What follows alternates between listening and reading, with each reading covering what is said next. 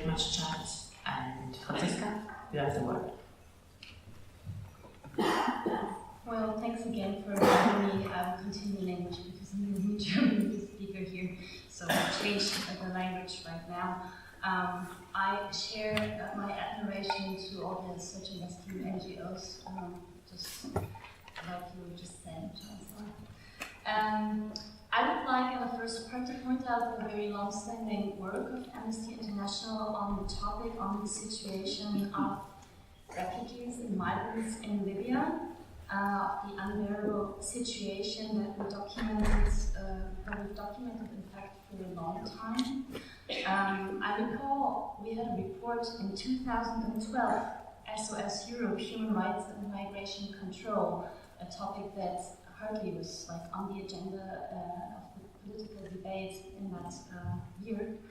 And we addressed the long-standing history of transparent migration control agreements between Italy and Libya. We called on Libya to ratify the Geneva Convention and the additional protocol because it has not been ratified, which also shows that it might not be replaced bringing refugees to Libya. We underlined in that report, and it's something I would like to underline here today, the landmark decision by the European Court of Human Rights in the Piercy case, and some of you know it, probably many of you. It was a victory for human rights back then. It wasn't clear at that time that an Italian vessel that would bring back refugees and migrants to Libya would violate against a couple of articles of the European Convention for Human Rights. And it did change for a while the practice on the Mediterranean. We reported on the horrific situation for migrants and refugees in Libya that deteriorated, it seemed. And we've reflected on the situation of search and rescue in the Mediterranean with a focus on the constant and deadly battle over irresponsibility between Italy and Malta, and it's something that now is very, very visible again, and that has not been very visible for a long time. One of the report's quotes was, "The desire of some European countries to prevent so-called irregular migration is undermining safe and timely rescues at sea." That was in 2012. In 2013, we've talked about the two big incidents in April 2015 already. There were major boat incidents in October 2013, as you all might know, just off Lampedusa's coast, also within only a couple of days. And that was the reason because Europe opened, or seemed to have opened eyes for a tiny moment in history to victims on the Mediterranean, and they said we can't have a graveyard in front of our coast, and we will launch Mare Nostrum by the Italian government. We launched a report on that as well, because Mare Nostrum in total saved up to 160,000 lives within a year. Maybe a little reminder of the nationalities at that time. In 2013, there were about 63% of all those arriving to the EU that came from Syria, Eritrea, Afghanistan, and Somalia. So countries torn by conflict and widespread human rights abuses.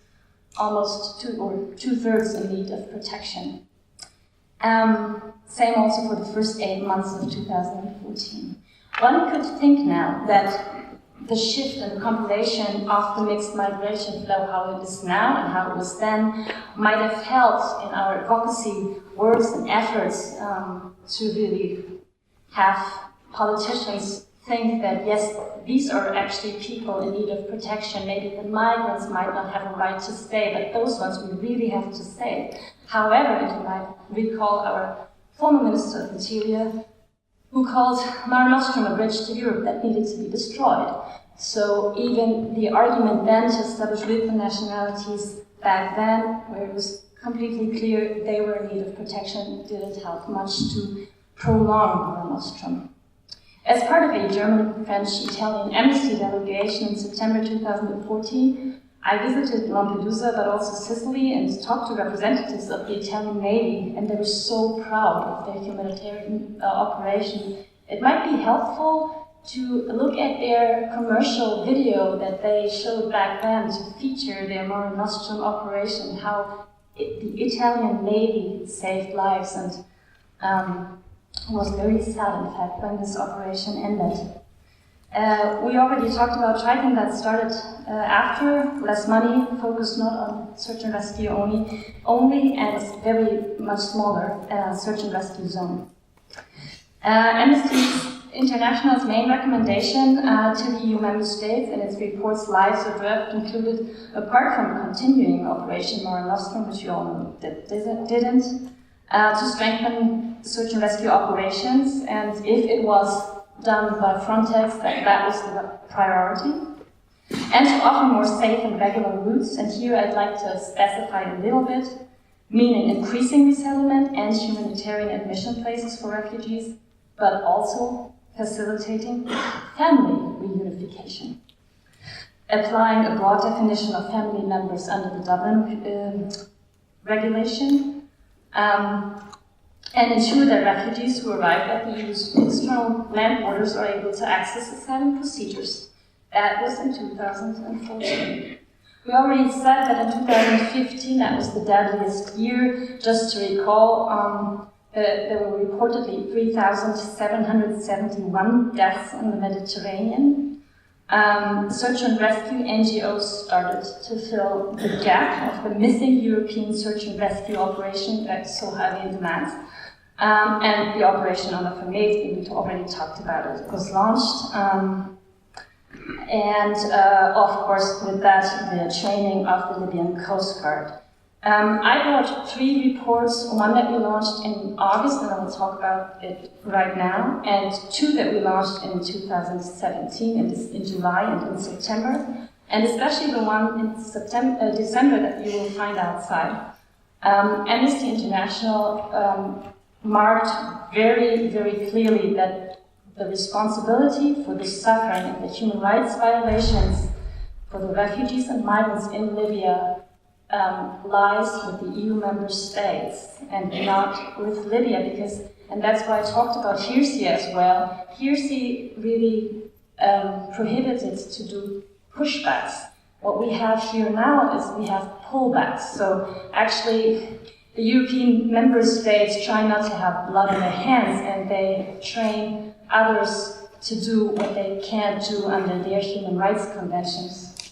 But nevertheless, we said this was a human rights violation, and we still, of course, have to see whether a court will actually say that these kind of pullbacks can also demonstrate that it's a human rights violation under the convention.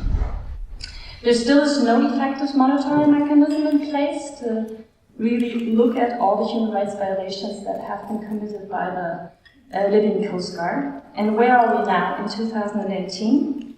So all the key figures and key facts you will find in our latest report from August, Between the Devil and the Deep Blue Sea.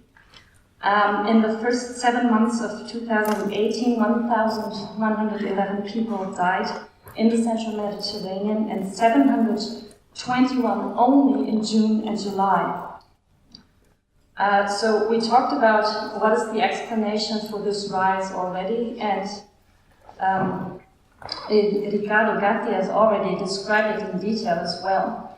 3 points. The coordination-cooperation gap. Italy's withdrawal from the coordination of search and rescue operations in the first half of 2018 has uncovered the unresolved tension between Italy and Malta that we already reported on in 2012. The closure, secondly, of Italian ports. Italy refuses the disembarkation to ships, so the few NGOs and other vessels that undertook SAR operations are condemned to wait for days. Less search and rescue boats as a consequence, coupled with the criminalization of solidarity and the investigations we talked about already. The lowest number of sea arrivals in Italy by mid-August, with about 19,300 persons arriving in Italy. And what we haven't said so far is, with the more interceptions at the sea, of course, the number in these detention centers in Libya has risen dramatically. there have been 4,400 sort of during the best time that we could see, and we are now at more than 10,000 refugees and migrants, and we are talking only about the detention centers that are so-called official, so led by the government, and not the ones that are unofficial, because nobody really has access to them, and where apparently the situation for refugees and migrants is even worse.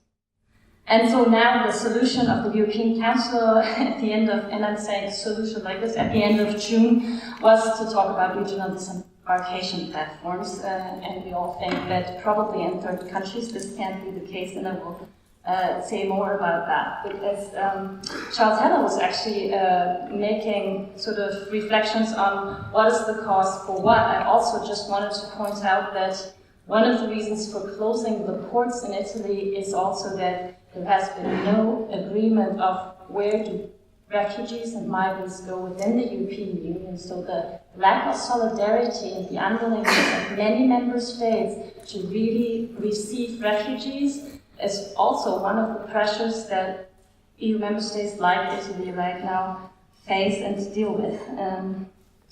Maybe just one more word. Unfortunately, it took a CNN video last year in November where you could see slavery at an auction with people being sold, that finally the head of states decided during the EU-African summit there should be an emergency transfer mechanism, and that is why UNHCR does emergency resettlement from Libya to Niger.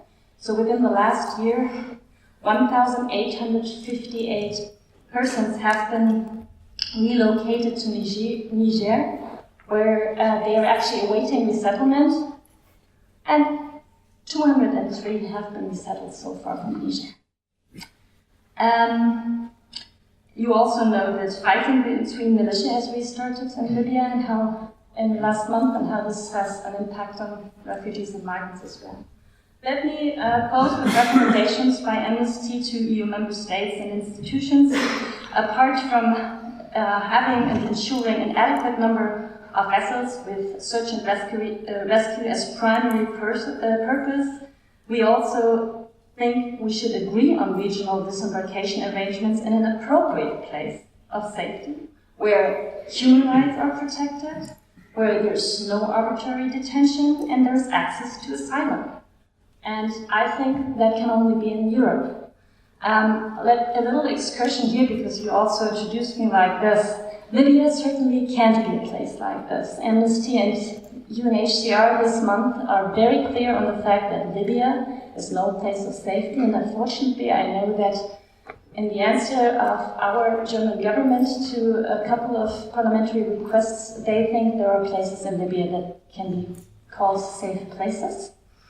Can Tunisia be a safe place? Apart from the fact that Tunisia doesn't want to be a safe place for us, and that's something that everybody seems to forget in the discussion, we deem that you have to look at on a case-by-case basis whether Tunisia can be a place of safety.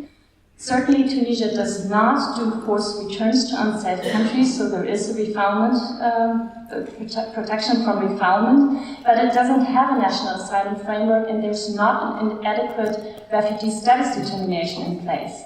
For some groups, and right now there are 19% Tunisians on the boats, and they could be LGBTI cases, and for these groups, Tunisia is not a safe place, and it can't be a country of origin that is called safe either.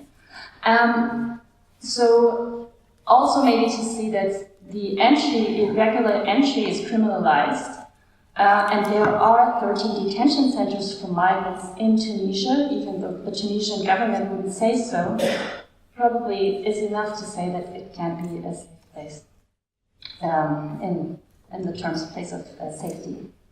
I already said we need a fair sharing of responsibility, and as long as the Dublin reform is pending, I think we have to decouple the responsibility for disembarking refugees and migrants from the responsibility to also do the asylum procedure.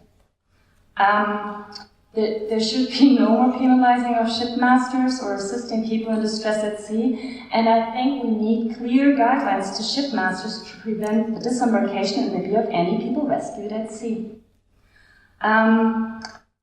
We also recommended to the EU member states to ensure that NGOs can continue to rescue refugees and migrants at sea, and in line with the UN Declaration on Human Rights Defenders, they can operate in a safe and enabling environment. We've said many times in many reports to reset all cooperation with Libya on migration to focus on the protection of human rights, meaning to really immediately release all refugees and migrants from detention, to fully recognize the UNHCR, and to have a new legislation to end this automatic detention. Limit any cooperation with the so-called Libyan Coast Guard to cases where their intervention is essential to prevent immediate loss of life. Limit it to Libyan waters only, allow for search and rescue by civilian vessels, including NGOs, and guarantee the transfers outside of Libya. Refrain from setting policies that extend the use of detention from refugees and migrants and outsource border control responsibilities outside of Europe. And finally, open more safe and legal routes. And concerning Italy and Malta, to refrain from misusing criminal law against search and rescue NGOs and stop the campaign of slander against them. Now, I don't like to end with all this, everything's so bad and gray, so just to have more hope and maybe also as an input for the second part, I wanted to look back to also see what kind of positive developments we could see in between. We did have the Searcy case, which strengthened the situation for a while. Maybe now it's not very en vogue to really abide by legislation, to abide by jurisdiction, to care for judicial decisions, but why not try more strategic litigation? Why not hope for pullbacks to be against human rights law and have a court that we all set and agreed that should say what is human rights friendly and what is human rights violation, maybe allow for this to say that it's a human rights violation. And who would have envisaged Mare Nostrum? I haven't in 2012. Who knows what will come? And who had expected NGOs to do all the search and rescue work that actually a state should do? I didn't know that in 2013, that various search and rescue NGOs would be all over the place and help rescue migrants and refugees for a while. Who knows what will happen?